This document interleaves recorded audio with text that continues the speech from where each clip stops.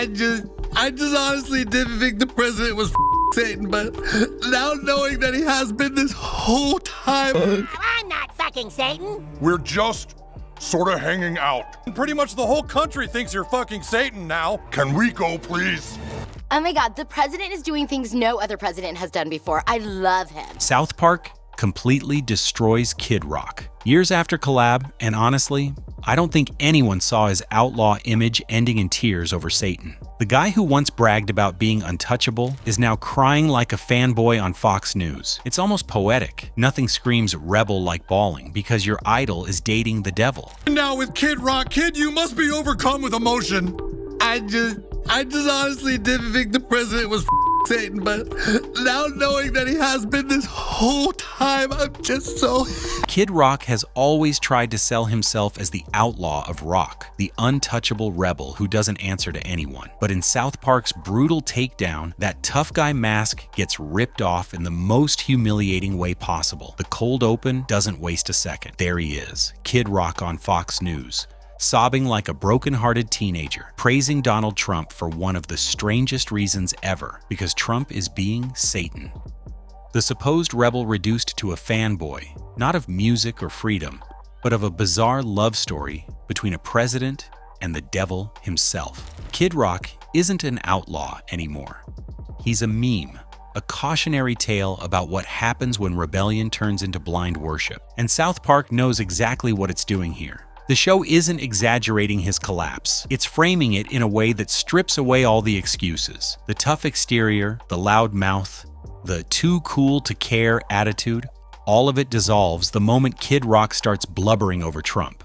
That's why the scene hits so hard. It's not a stretch. It's what blind loyalty really looks like when the mask comes off. Mr. President, we're all dying to know something. Are you fucking Satan? From there, South Park pivots straight into Fox News, and it's just as savage. The network doesn't laugh at how insane Trump is Satan sounds. Instead, they treat it like serious breaking news from the White House. Flashing alerts, over-the-top graphics, anchors speaking in their solemn tones. It's all presented like a world-shaking revelation. And the wild part is, they never even question it.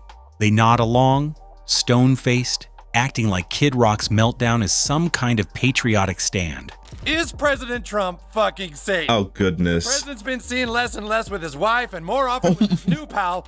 This is where the satire cuts deep. Fox News isn't being shown as clueless. It's shown as complicit.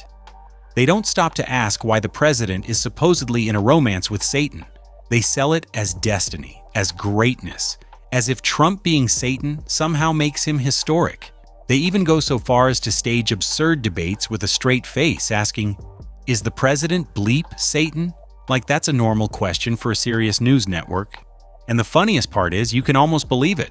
That's why so many viewers found this episode hilarious. The exaggeration feels uncomfortably close to reality. We're gonna check in now with Kid Rock. Kid, you must be overcome with emotion.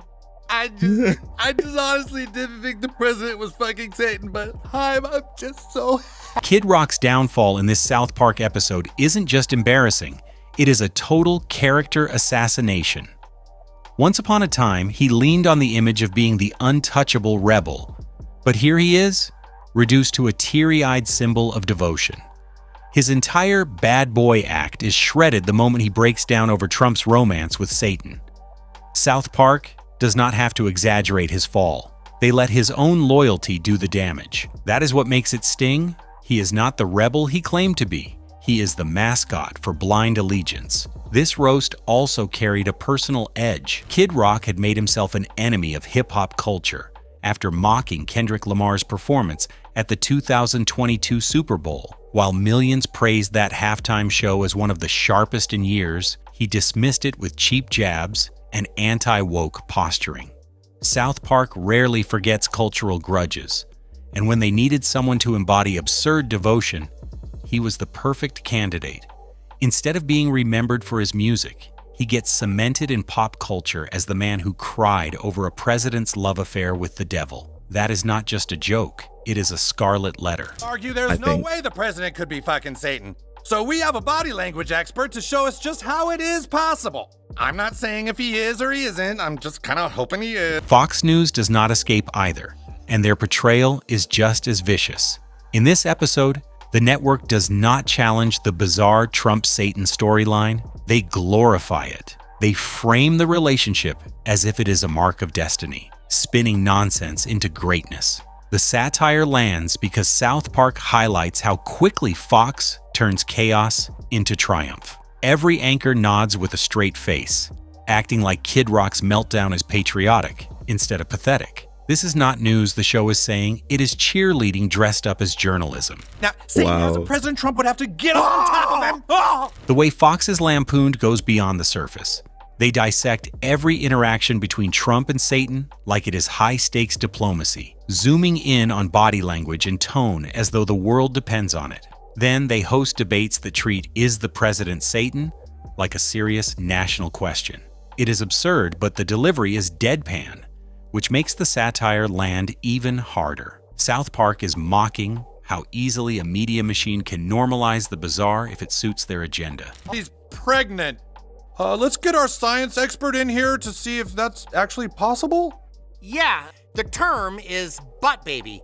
And then we arrive at the centerpiece, the Trump and Satan soap opera. South Park does not play coy here. They give viewers the full spectacle, awkward spats, whispered romance, and even a pregnancy subplot that spawns the term butt baby. It is grotesque and ridiculous, but also hilariously on brand for the kind of exaggeration the show thrives on. By wrapping political devotion in the trappings of a daytime drama, they expose how absurd the loyalty really is. What seals the joke is the role reversal. Satan, the supposed prince of chaos, is portrayed as the weary, grounded one. He is exhausted, dealing with the fallout of this surreal romance, while Trump floats along in oblivious adoration. That flip makes Trump look even more ridiculous, because when Satan is the voice of reason, you know something is truly broken. And there, right at the center, Kid Rock's crying face becomes the emblem of it all. A rebel reduced to nothing more than a fanboy, cheering for nonsense with tears in his eyes. Look what I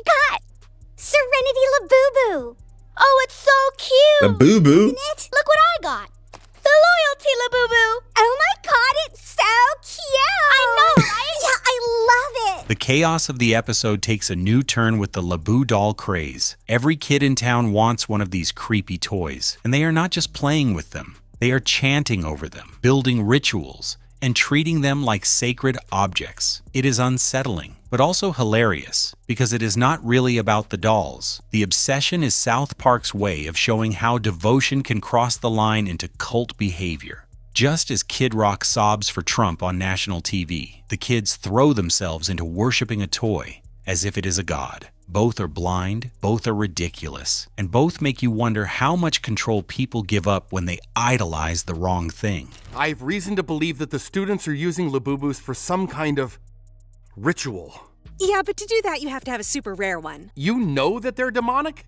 Yeah, what are we supposed to do? The school counselor even steps in, warning that Labu dolls are dangerous. He tries to break through the hysteria, pointing out that this is more than just a fad. But just like experts in the real world, his warnings go unheard. The kids do not care if the dolls are toxic or harmful because their obsession overrides logic. That is the heart of the metaphor. Replace the dolls with a political figure, and you have the same blind loyalty. South Park draws a straight line between a playground craze and the way grown adults throw themselves into cult-like devotion. I have $88.42 in here. Labubu Mystery Box, $120.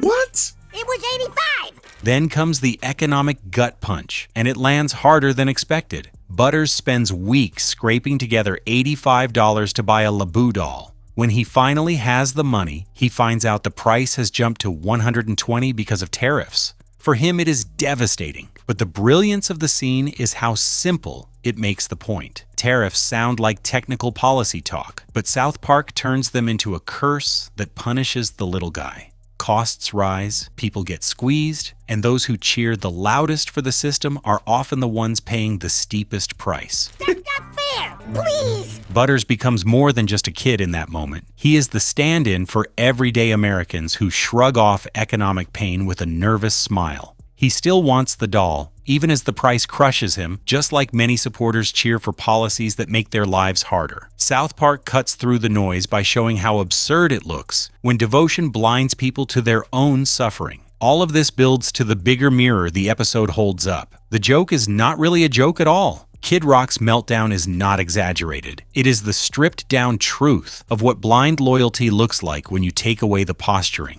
Fox News does not look like parody either. It is propaganda theater presented as journalism, clapping for power no matter how absurd the story. And the kids with their Labu dolls are just the next generation acting out the same patterns, showing how easy it is to slide from fandom into worship. South Park does not invent the absurdity. It amplifies what is already there until no one can deny it. By the end, you are left with Kid Rock's tears, Fox's applause, and children worshipping dolls, all tied together by the same thread of blind devotion. It is funny, it is brutal, and it is a reminder that when reality looks this ridiculous, satire barely has to try.